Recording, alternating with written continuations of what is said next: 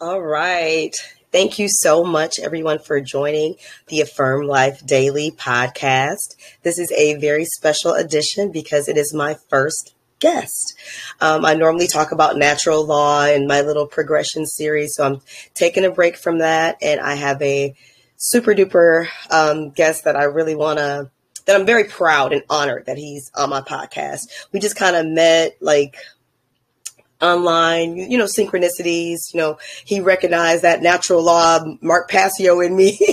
And, we kind of vibed on that because he also had studied some natural law through Mark Passio. So we kind of vibed on that, got to know each other a bit. And I was just super impressed with him as a meditation coach. And so I asked him, if he would be willing to come on the podcast and share that with my audience as well. And he was more than gracious and more than happy to do so. So I'm happy to introduce meditation coach Soul. And I'm really and excuse my voice, I'm under the weather, so I sound terrible. So I will definitely be more than happy to let him do all the talking and introduce himself further and give you more about his background. But he gave me an overview of this presentation, and it is amazing. So I know you all will love it and you'll really gain knowledge from it. He's super knowledgeable about meditation. So you'll be able to gain so much knowledge from it. And go ahead and take it away, sir. All right. Can y'all hear me? I can hear you good. Perfect. Shout out to everybody out there listening. Shout out to Tiff and Steve. Looks like it's in the room live with us today. Bring your friends, share this out. I am Coach Soul. Just a super brief, not bio, but background. I've been coaching mindfulness and mind mastery practices for about 7 years or so. And at coaching it, I've been studying it since, I was 12 or, about 14 or so years old when I got introduced to some, you could say, true history by my father.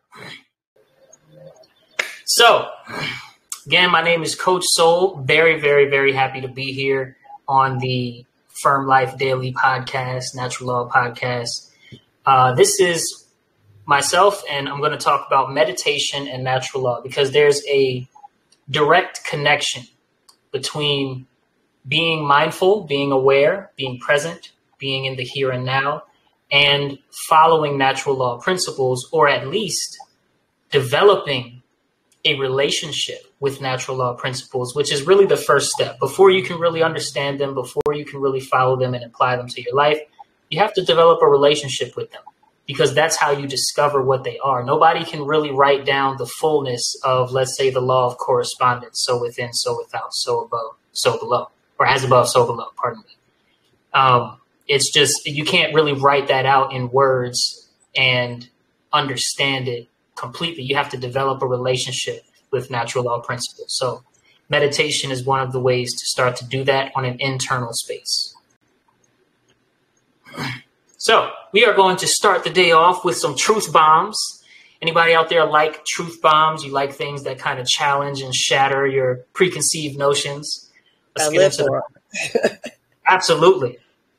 So who knows that there is an A side and a B side to negative emotions? Who out here knows this? I guess there's no chat feature. You can we'll speak through Miss Cynthia today. But there is an A side and a B side to all experiences of negativity. Okay, meaning there is a polarity, right? The principle of polarity. That's one of the natural law principles of the universe that we share is polarity. There's something you can understand, and then there's something when you dig a little deeper, you get a more full picture of. And so first, we're going to talk about the A side and the B side to fear, worry, and doubt. Fear, worry, and doubt, they vibrate on a similar frequency. There's some deviation, but it's about the same. Fear, worry, and doubt. We know the A side of fear, worry, and doubt is it blocks our progress. It stops us, right? Anybody ever seen a deer in headlights? When it gets afraid, what does it do? Does it start to move? Does it take action? No. Freezes. It stops. It freezes. It doesn't know what to do. Or when we experience immense fear, right? When we experience great fear, let's say you've done something horribly wrong and your dad walks in the room. You freeze. Okay. So the A side is it blocks our progress. It'll stop us from getting things done, stop us from taking right action. But there's a B side to fear, which basically makes the win worth it. Okay. It means something to us when we finally get the win. If we can overcome the fear, if we can overcome the fear that comes from our mistakes, the worry about the future, the doubt in ourselves from our mistakes and from others' mistakes that came before us that we believe are more expert than us in whatever we're trying to do, we overcome that and then we win, the fear makes it worth it. And so fear is actually not that you live by it, but it's actually a piece of the puzzle when it comes to getting wins in this life. Overcoming yourself, overcoming doubt, things like that. Fear is necessary.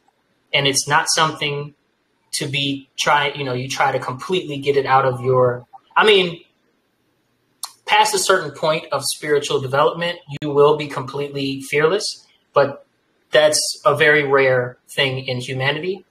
Right now, we the common folk, we want to master being able to overcome fear and then be grateful that it was a part of the journey to the win. Okay. Who in here knows that there's an A side and a B side to anger, frustration? And just FYI, I did unmute everybody so everyone can talk. Boom, boom, shakalaka. There's an A side and a B side to anger, frustration, and impatience. Anybody want to take a stab at the A side of anger, frustration? What did anger do to us? What does it do to our progress? Trent, Tiff, Steve, anybody want to give it a shot? Adrenaline. Okay, yeah. So as far as I can see it, thank you, whoever that was. The A side, Tiff, thank you so much, is anger will blind us from our opportunities. Okay? If you've ever been training for a fighting sport or some sort of contact sport, and they say, don't get angry because it'll blind you, right? Your coach. Or if you from a certain background and you actually been in a couple fights in your life, if you don't know, now you know, if you got super angry, you start seeing red and they are not under a certain level of skill, you're going to lose. There's a lot of people like to talk like, oh, I see red and I just blank out and I just go crazy.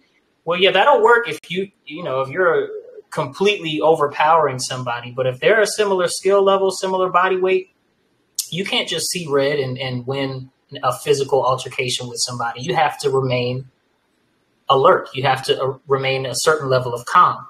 And so the A side of anger, frustration, and impatience when it comes to getting wins in this life, manifesting what we want internally or externally, and overcoming ourselves. If we're too angry at the mistakes that we've made, at the mistakes other people have made, at the betrayal that we will experience every now and again, at the loss that we will experience every now and again, it'll blind us from our opportunities. But there is a B side to anger, frustration, and impatience, which is that it makes the win possible. Anger will ignite that flame within you.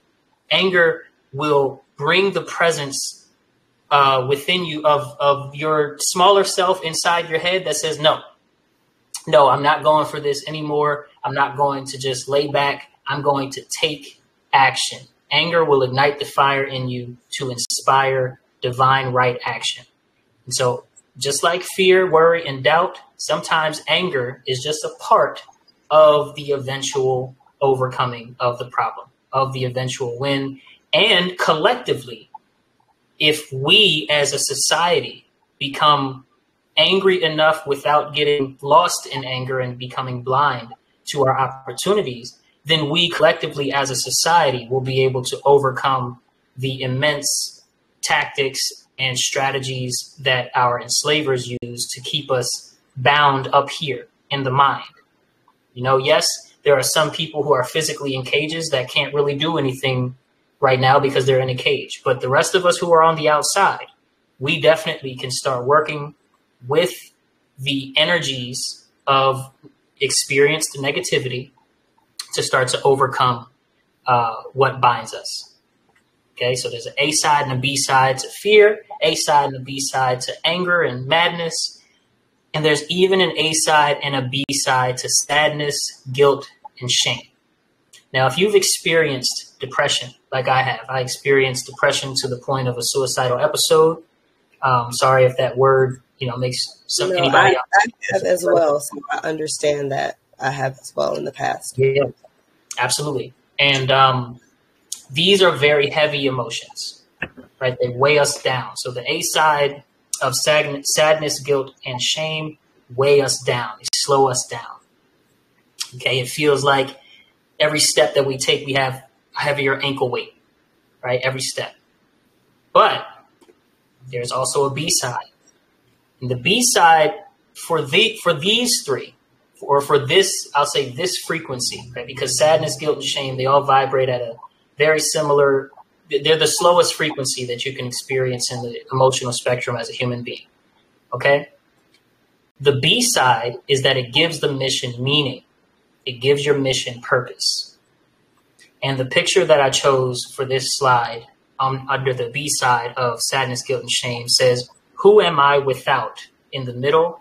And then there's a word wall that says obstacles, risk, adversity, challenges, hardship, danger, variation, contrast, loss, right? Surprises, sacrifice, threats, concerns, stress, and discomfort. Who am I without it? Because if everything is easy, if everything is breezy, then there's no meaning to getting what you want, to achieving what will help you advance or your family advance in life. There's no meaning to it. It doesn't mean anything, and you won't appreciate it as much. And so while we experience things like sadness, guilt, and shame, of course, we can give some grace to ourselves and take a moment to experience the rawness of the initial emotional reaction. But after some time, we have to start intentionally introducing gratitude to these various experiences of negativity, because they give meaning and purpose to the eventual salvation that we will experience. And trust me, even if you don't experience the salvation in this physical body, your soul is eternal. Your consciousness is eternal. It has always been here and always will be here. And you are simply living this life in this 3D experience to learn, grow, and experience as an individual soul, a part of the all or the one. And I'm not trying to say anything against anybody's religious beliefs, although I am not a big fan of religion myself. Okay. So now that we have the A side and the B side to negativity, let's bring it all together and kind of tie it up in a nice little bow and talk about something I like to call slingshot setbacks. Okay, anybody here ever experience a setback? Try to do something, achieve something. You try to collectively do something as a team. You try and get the job or the promotion, whatever it is, right? And it feels like right at the right damn time, you experience a setback. Something damn near out the sky falls and crushes all hope of getting it done in the way that you imagined it getting done. Okay, I call that a slingshot setback. And what I mean by that is sometimes life will pull you back in order to do what? When they release this rock or this ball, it's going to be propelled forward at tremendous speed. Why is that? Because when you finally do overcome or try again and you are successful, then you have the knowledge of where you fell short, where the mistake was, or where the opportunity for someone else to come and sabotage your plans was, and you won't make that same mistake again. Therefore, you are being propelled forward by way of knowledge. Okay, we don't just operate on belief here, we operate on knowledge. By way of knowledge, you are being propelled forward at tremendous speed. So I want to let you know that this existence is not supposed to be lived without confusion, setbacks, obstacles, opportunities for growth, and closed doors. They will be there. When they are met with the proper response, they propel you forward. That's why we call them slingshot setbacks. And we can illustrate this with a small story. Hopefully you guys have heard of Michael Jordan. He's not too old. He's still alive. I know technology is advancing us forward and we forget, our legends, but Michael Jordan is a legend in the sport of basketball. 6-time NBA champion, 5-time NBA MVP, which means most valuable player, and 14-time NBA All-Star. He won Rookie of the Year when he got into the NBA. He retired with the NBA's highest scoring average, and that's just to name a few of his accomplishments in the sport of basketball. Now, those who really have been studying the occult and things like that, they know there's other factors that play into certain things, but let's just focus on the goodness for right now. Michael Jordan did great things. Did you know that he was cut from his high school varsity basketball team?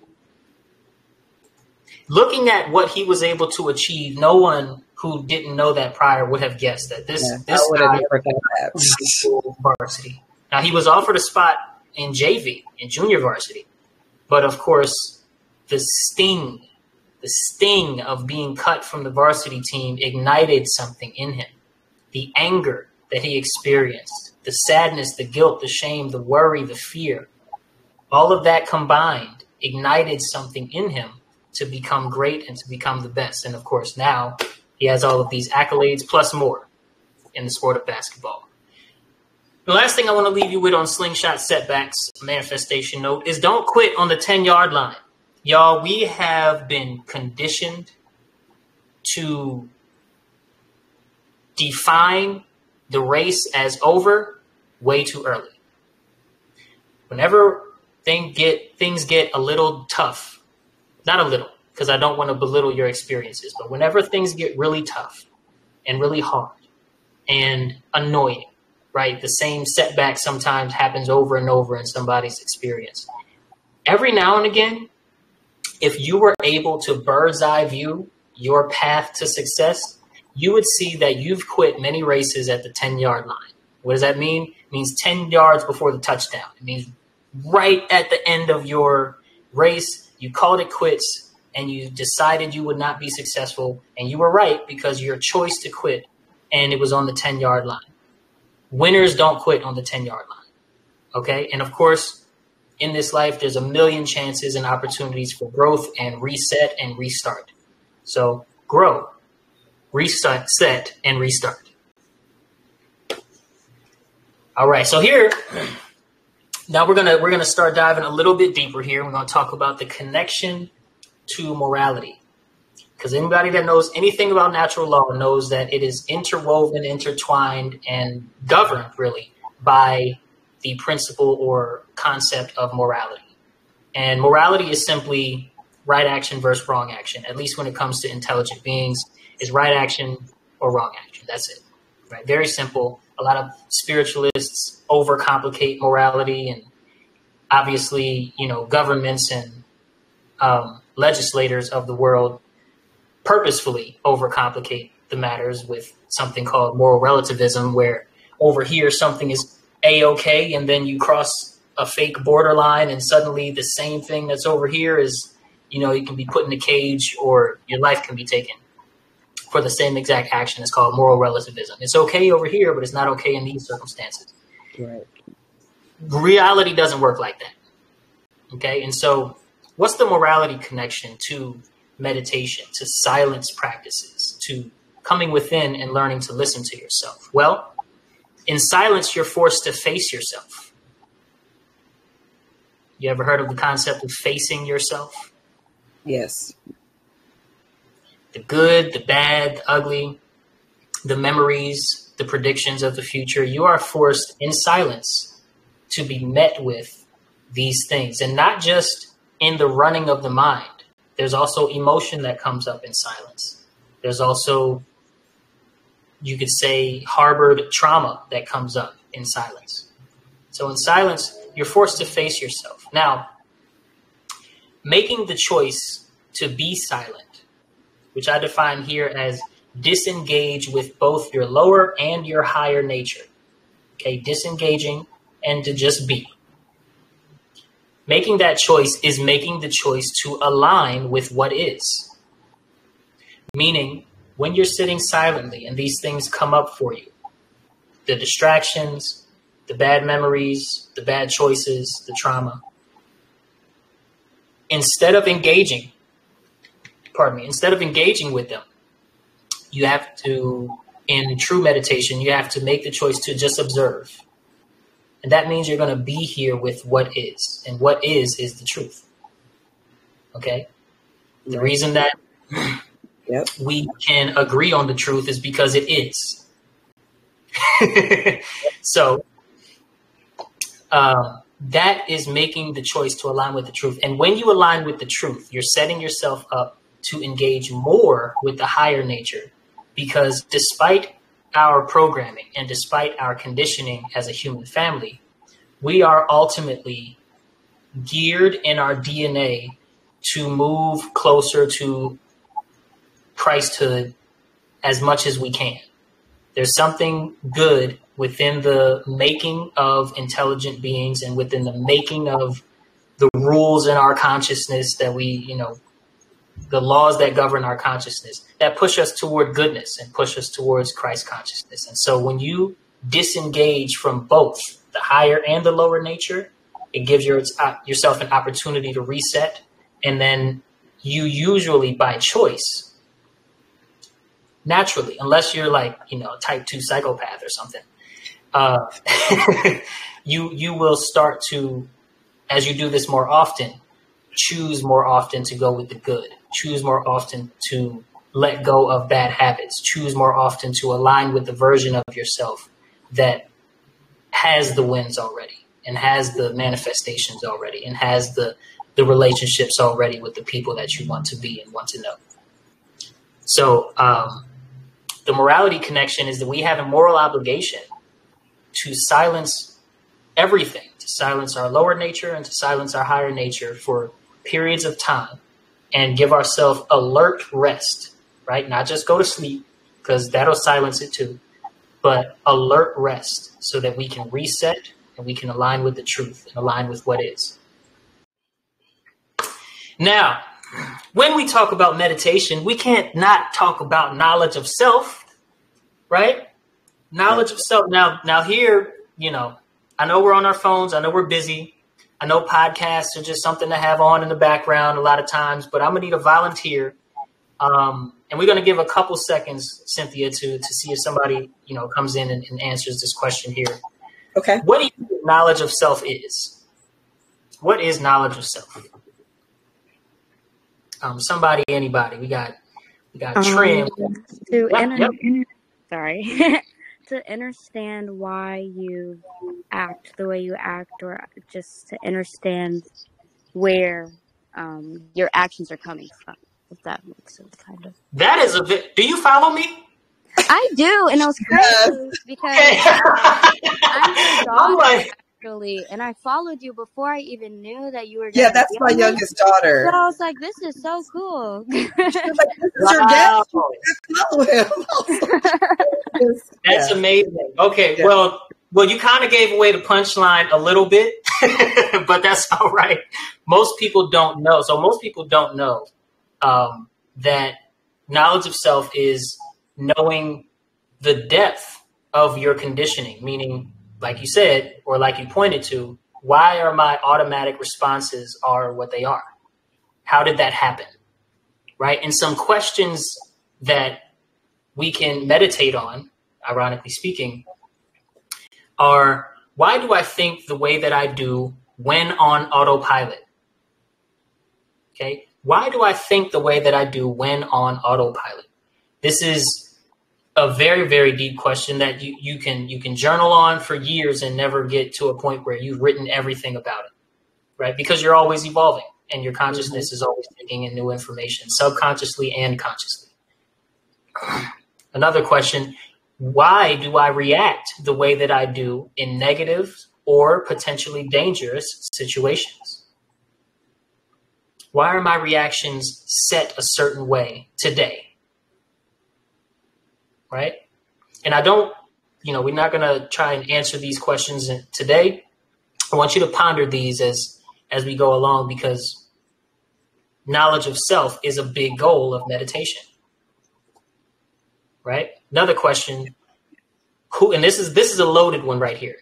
Okay, so you might want to write these questions down. If you don't write anything else down, write this last question down here and write knowledge of self right next to it. Who and what influenced me to become this way? And how did they introduce that influence? And when and where did I accept it as my own? That's deep. Very loaded question. Very loaded question. So if you don't write anything else down and you're a note taker, take this note. Who and what influenced me to become this way? And how did they introduce that influence? And when and where did I accept it as my own? Yeah. Okay, these questions will bring you to knowledge of self, which, simply put, my definition, okay, this isn't from Professor X in the mutant school for gifted whatevers.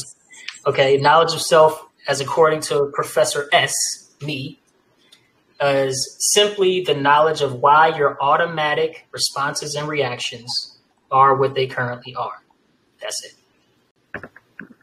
Okay, knowledge of self is not this super spiritual, concept that's locked behind the spirit vault reserved for the most spiritually sensitive people among us. No, this is available to anybody and everybody that takes a second to do some shadow work, to look within, and to, as Trin would say, understand your automatic responses and reactions.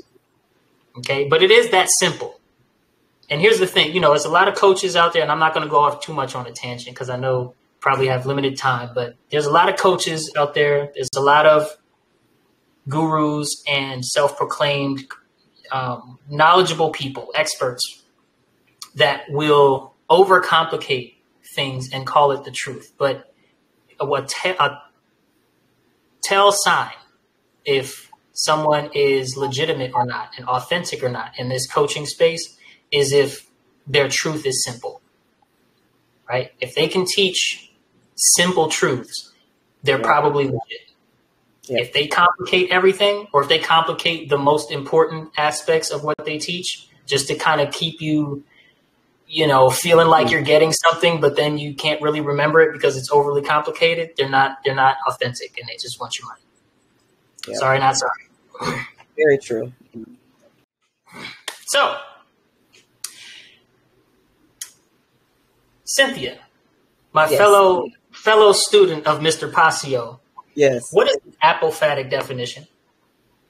I don't know offhand. Oh, okay. Well, it defining something by what it is not. Oh, yes. Duh. Okay. Yes. Because that's what he does all the time. I don't know why I just blinked. He does it all the time, but yeah. Okay. Yeah. We'll cut that from I'm just kidding. No, I just totally blanked on it. No, that's fine. Okay. We'll leave it here. I'm human. Yeah. Then I'm sick. Meditation is not medicine. Okay, meditation is not a medicine that you can take and suddenly feel a whole lot better. Now, there is some euphoria in coming to a more calm state of mind. And so I'm not dismissing the power of relaxation. Okay, but meditation itself is not like a Pepto-Bismol, you take it and your stomach feel better. It doesn't work like that. Meditation works like basketball practice for Michael Jordan. You go to the gym and you shoot over 1,000 free throws every single day. Now, does that mean you have to sit down for 2 hours and try to be still for extremely long periods of time in a world where the wages that we're paid and stuff like that make it so that we don't really have any free time? No, of course not. 15 minutes a day is really all that it takes. But sincerity, earnestness, and authentic approach is necessary. And the lacking of an authentic approach is why most people who practice meditation, especially most people who practice meditation with no guidance and just use it to calm down, can't do anything with it except just calm down. Okay. And meditation is an extremely powerful tool when you use it in its correct respect, which is like basketball practice. It's supposed to be hard. Dun, dun, dun, right? Meditation is not supposed to be just the super easy, breezy thing. Now, it's easy on the body, but mastering the art of observing the mind without participating, of observing the emotional space without participating, is not easy. And it's contradictory to survival, right? If you're in the forest and you try to meditate and a damn tiger walks by, you probably want to react in the physical. You probably don't want to just observe that. So meditation, as peaceful as it can be for the relaxation mechanism, is supposed to be difficult because what you're doing is muscle building. And you're muscle building for clarity on knowledge of self. You're muscle building for clarity on what observation really is versus participation in thoughts. Okay, because in the first level of meditation, when you sit and you try to observe, there's a little you who's doing the observing, but that little you is also observable in a later stage. And so without getting, too much into the technical, I'm not going to teach you how to meditate in this presentation. I'm just going to give you some information and then tell you how to reach me, But basically, it brings clarity before good feelings. You will see yourself clearly before, you come out of meditation and your problems are gone. Okay. Meditation helps you stay ready so you don't have to get ready. How I like to illustrate it in a kind of extreme, again, so trigger warning, is a kind of extreme example is meditation will help you become like the person who does not overreact when somebody starts shooting up the place. Okay? You're in a place, somebody starts shooting up the place, and you're going to react. Of course, you got to get out of there, or you have to save the day, one of the two, if you're going to survive. But you're not going to do so loudly. You're not going to do so frantically. And you're not going to do so stupidly. Okay? Being that much in control of your actions, okay, your voluntary actions, and keeping your body under, you could say, such a balance that your adrenaline doesn't even have the power anymore to overtake your mental space, is a product of practicing meditation every single day for long periods of time. Okay, so you stay ready so you don't got to get ready. Now, how meditation works is through the consistency principle, right? Meditation works over long periods of time. Okay, a Harvard study indicates that people who meditated over an 8-week period,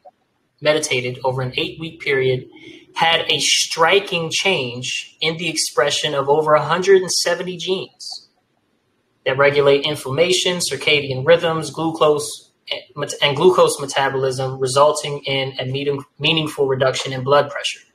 Okay, blood pressure is circadian rhythm is your sleep, your kind of start-stop pattern, your sleep and waking state patterns. So inflammation, sleep state, and glucose metabolism, all of that is related to your blood pressure. And those who meditate, they saw physical results in the body, but it was over an 8-week period. How many people lowered her blood pressure like that? My mom did. Through meditation. She significantly lowered it. Mm-hmm. Where sometimes it was like, they were like, it's too low. So yeah, it works. Well, it's a genetic change. It's not just a muscle, it's not just muscles deep. Right. It's a genetic. So there's a lot of science that, ties it to the subconscious, that ties it to actual brain function. And we're going to talk a little bit about brain function later in this presentation, but absolutely.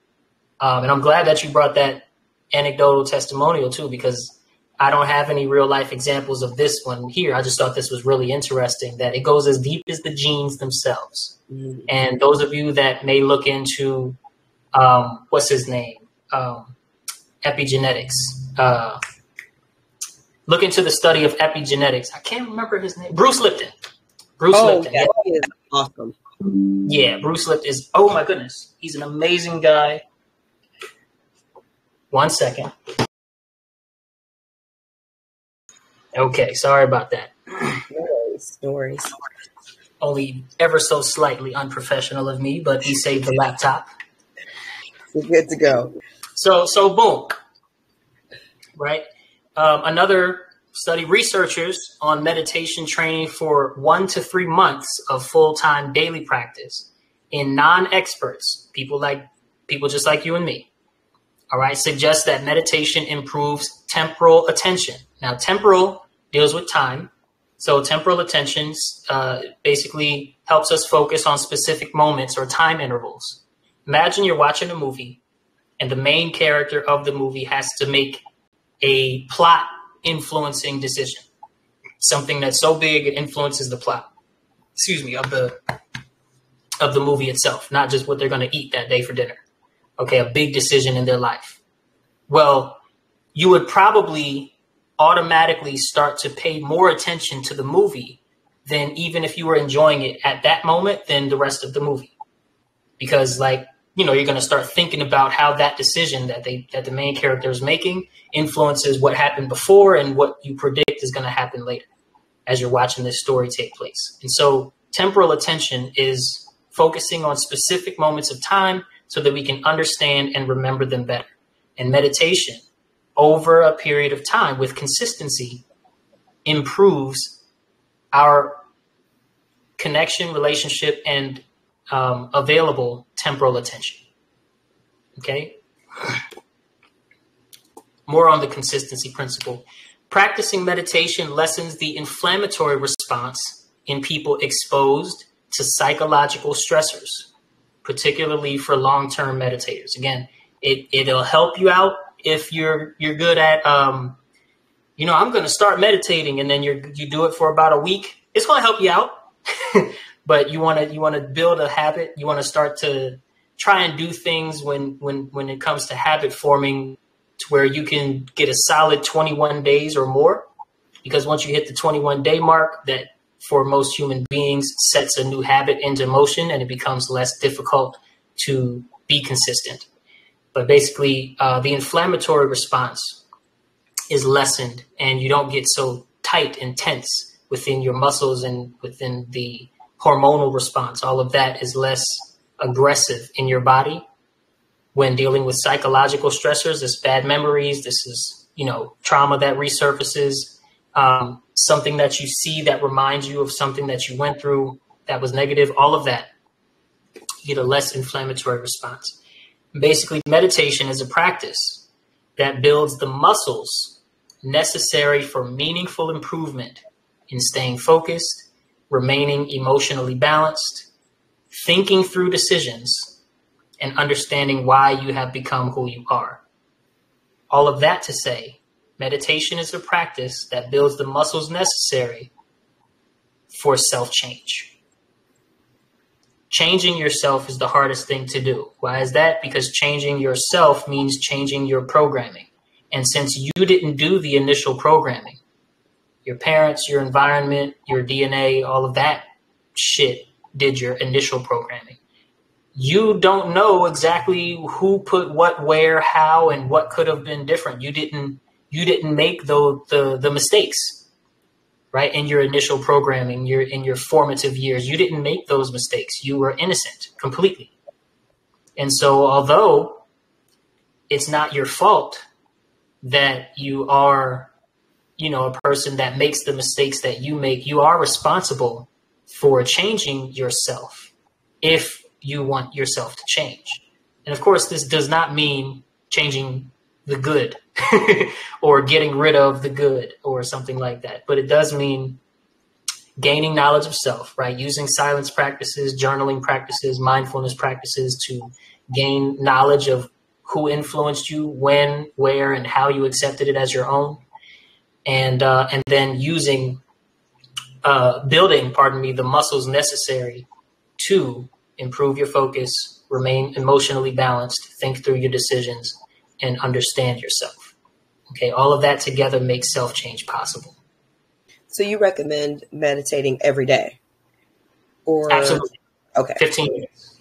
15 minutes every day. Okay. 15 minutes. If you don't have time, do 30. Got you. But seriously, I'm not gonna go fully into my story because I tell my story to my clients and my students. But basically, I've overcome suicidal depression. It will never come back.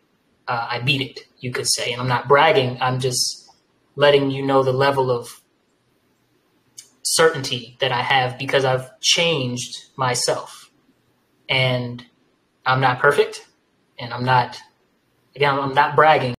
But this is something that I learned to do when I realized what knowledge of self really is, and that I implemented that truth into my life and started practicing things like journaling, like meditation, like telling the truth, these things in order to change how I see myself, and then the things that I see changed in accordance to the new self that emerged.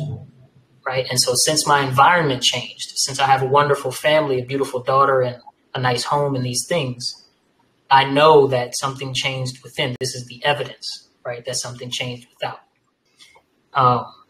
So what's the connection to mental health, right? We talked about physical health a lot, talked about some of the psychological stressors not bringing the same amount of physical intensity when you meditate over long periods of time. This is still connected to the consistency principle. According to neuroscience research, mindfulness practices dampen the activity in our amygdala.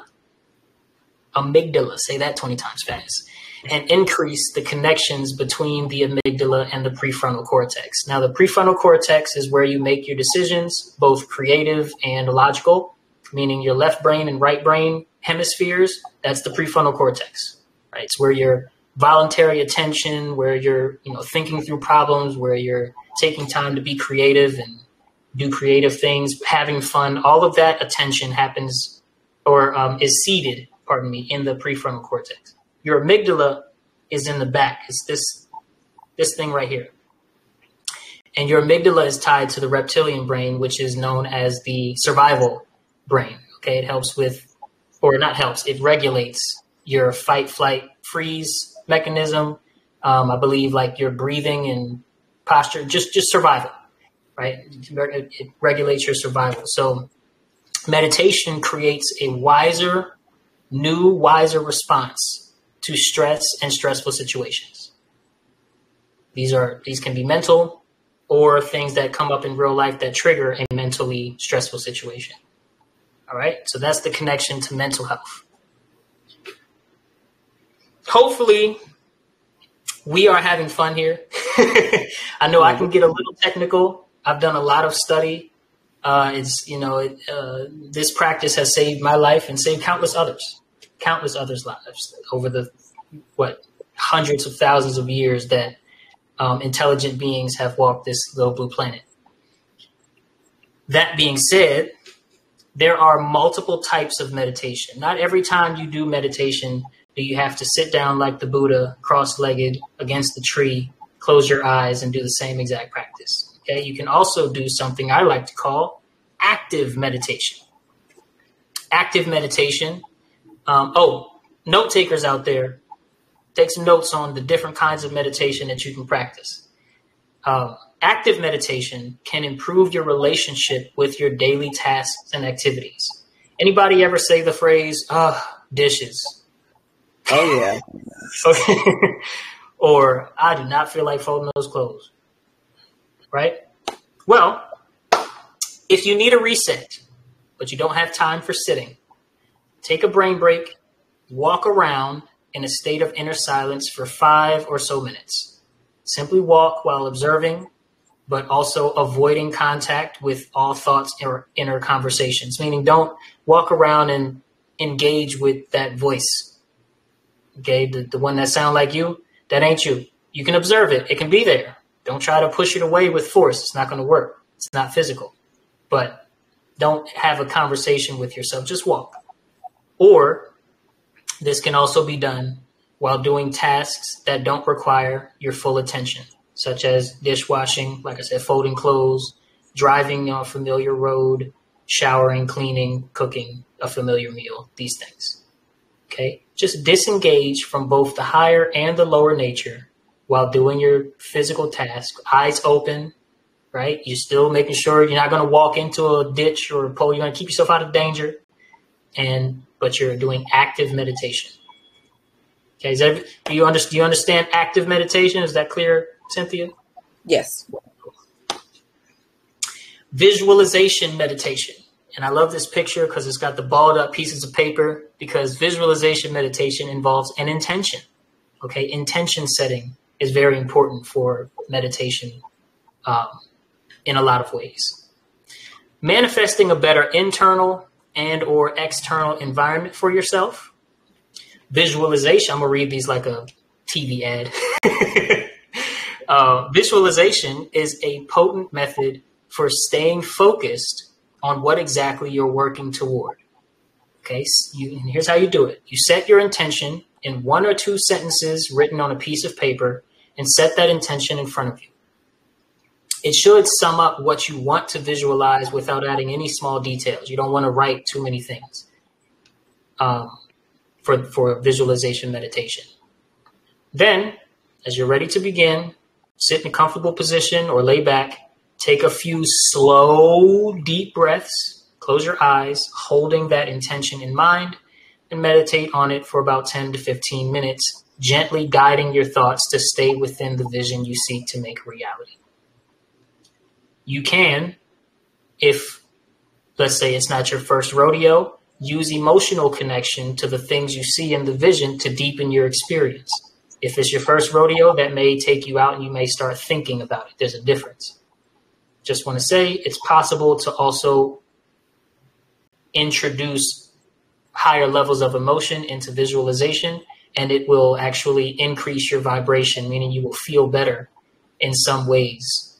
Not to contradict what I said earlier about your vision. So after the time is up, the best thing to do is to journal about what you saw in detail under the intention that you already wrote, and repeat this for at least 21 days. Visualization meditation. We'll give a few more seconds for our note takers to jot some of that down. Just going through the types of meditation. All right, insight meditation. This one's a deep one. Sometimes in life, you are the only one in the whole world that has the answers that you seek. It just is what it is. Every now and again, you got to ask yourself. And if you don't believe in yourself, then we can work on that first. But sometimes in order to actually get the answer, and you may not be able to get it for years, okay? But you're the only one that will eventually give it to you every now and again. Just so happens to be very common here in this experience. So, need to understand something about yourself on a deeper level and get the answers from within. Sometimes you are the only one that holds the answers to your deepest questions. So take one of these questions and write it down on a sheet of paper and place it in front of you. Silence the tendency of the mind to jump to superficial answers, and do not attempt to use complex systems of thought to work through the answers in your mind logically. Take a few deep breaths. Close your eyes when you're ready. And without working through the logical conclusion, just listen. You ever be in front of somebody that you love and they're like, you're not listening. And then because you love them, you choose to, instead of arguing, you choose to listen. That kind of listening, right? That intent, calm, yet alert listening. Listen. Listen as if you are in the presence of an all-knowing God of creation, simply holding the question.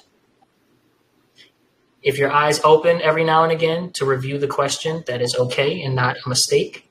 Sometimes that happens because we get lost in the, jumping to trains of thought by mistake, and then the eyes kind of open as a response to that activity, that mental activity. We see the question, remember the intention, close our eyes again, listen. And once you have been gifted an answer, write it down. Even if it ain't the right answer, write it down, store that somewhere. Some spiritualist people, they say to burn it. I don't know. I don't do all the whole ritual thing, but you do whatever you want with the piece of paper, and repeat this a few times to build some trust in your intuition. You will get your answer. Okay. And then there's one more, which is more of an all-encompassing meditation. Meditation of the heart is my style of meditation. I coined the phrase and made this style of meditation myself, or developed this style of meditation myself. This is how I lead meditation sessions, or this is the style that I lead meditation sessions and do the guidance through, called meditation of the heart. That in meditation of the heart, we remove all doubt, belief, notions, preconceived conclusions, mental strain, effort, emotional effort, mental effort, and self-image. Hold an image of yourself removing all of these things. Remove that too.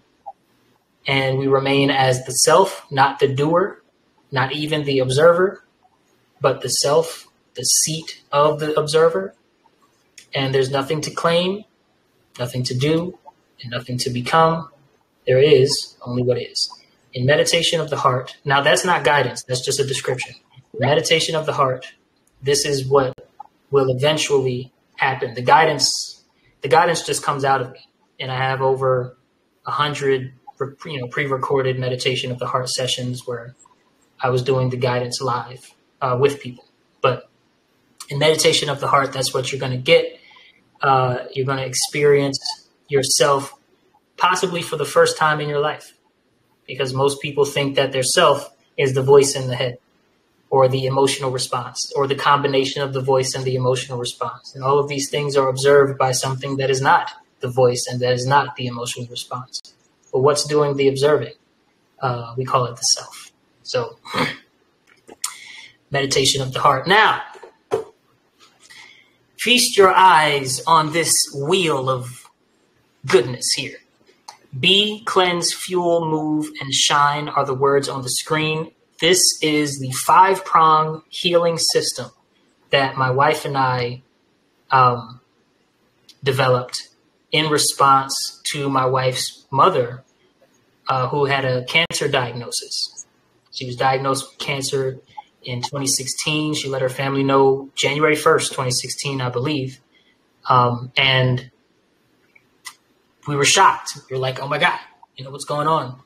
Obviously dove immediately straight into researching how to get rid of this thing, what to do.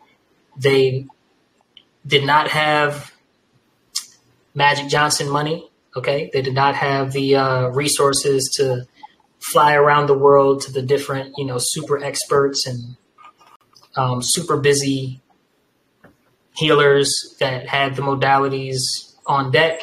So we had to see what we could do about it right here in the local community. And certainly we did. We came up with, it used to be 7-prong healing system. Now it's a 5-prong healing system, but we came up with, regimens and things to try, introduced all of the research to codename Peaches. Okay. And Mama Peaches, first of all, in the first 3 months, reversed her type 2 diabetes. That's gone. And then after a year with no chemo, also was cancer-free and has been cancer-free ever since 2017. So be, cleanse, fuel, move, and shine. We call it the Freedom 5 because we all about freedom. Okay. And this is, something that if you engage with me and you engage in my business, Ufulu Child, or, my other business, Meditation of the Heart, then you're going to be introduced to the Freedom 5 somewhere along the way, because it works for everything. It works for minor things. It works for chronic things and chronic pain. It works for, I'm not going to say it works for cancer, because that's, you can't say that. But, just saying, I've seen some things. And I want to thank all of you for being here, for paying attention, for rocking out with me and Cynthia and Trin and, whoever else spoke throughout the presentation. My name again is Coach Soul. It's SOL, not SOUL. The XPRSN is expression. Soul Expression is my rap name. Coach Soul is my healer name. You can find me at meditationoftheheart.com, spelled all the way out, all of the words, or ufuluchild.com, or both. And if you look under my picture here, you'll see that Meditation of the Heart is my TikTok and Facebook page, and at Ufulu Child on all social media, or Ufulu Space Child on Facebook is for the business that I run with my wife. Connect with us, send us a message. Send me an email, soul, SOL, at ufuluchild.com, right? Like it's written on the screen. And I would be happy to engage with you. Yeah, man, I don't know. Did you like it? Did you like the presentation? Y'all here? Yeah, it was awesome. And like I said, I really appreciate you sharing this information, because even myself, like I used to be a very avid meditator, and you know how you start to slip and get lazy and and forget all those benefits. So I really needed this refresher. And then you introduced so much more information than I even knew. I mean, I know it was good for you, and I knew I did better when I meditated daily, but this was very helpful, very informative. So, I love it. And I appreciate you so much for sharing all of this. I will have this entire presentation as well as a PDF of his slides on the website within the next couple days. So you can look out for that. If you are on my email list, it will be emailed to you directly. Otherwise, you can just check the website in a couple of days and everything will be there. But please support this gentleman and his great work, because he is a gift and a resource. So it is much appreciated. Thank you. Well, like I said in my TikTok earlier, you also are a golden existence on this here earth. Really happy that you had me on. Hopefully you'll have me on again, because look, I talk true history as well. I talk understanding money, and I don't mean I don't mean I don't mean like money management. I mean like I don't want to scare people away, but the evils behind the systems, okay, of money, how they got here, the aliens that gave us the concept, all of that. I talk all of that. So you have for the I love it. We have to schedule that for sure. And I'll just say as well, as a last little thing, I'm kind of fixing my screen here. For those of y'all out there, if you run into a coach, right, whether it's a spiritual coach like myself, or a life coach, or even a finances coach, whatever it is, and they are not willing to even touch, address, or look towards the dark occult origins of things that have us conditioned in a way that makes us docile and passive and happy slaves, they're not, I'm telling you right now, they are not the coach for you. No. Okay. No.